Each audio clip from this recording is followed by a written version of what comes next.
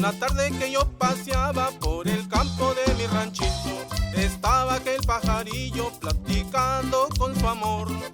Yo me acerqué y le dije qué bonitos se ven los dos, qué bonitos colores resplandecen esa pasión. Con su trinar me dijo, a mi amada le canto yo, porque la desdichada de otro amor se enamoró. Con mi canto la enamoro y le pido de corazón, para que no se vaya y al fin ser feliz los dos. Pobre de aquel pajarillo, como sufre su dolor, su canto se escucha triste, así lo presiento yo. Pobre de aquel pajarillo, como sufre su dolor, su canto se escucha triste, así lo presiento yo.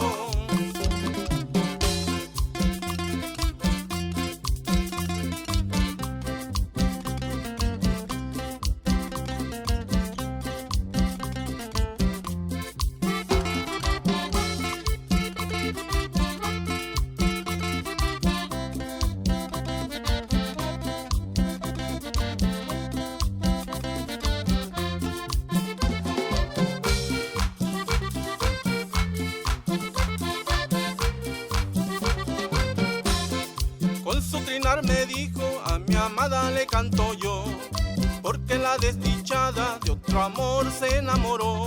Con mi canto la enamoro y le pido de corazón, para que no se vaya y al fin ser feliz los dos.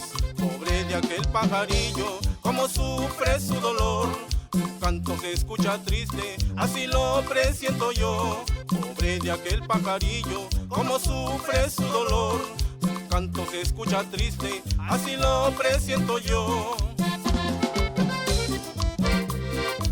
Ay, qué dolor, pobre pajarillo, cómo sufre.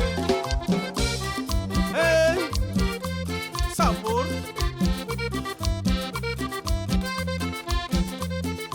Ahora pues, báilale sabroso.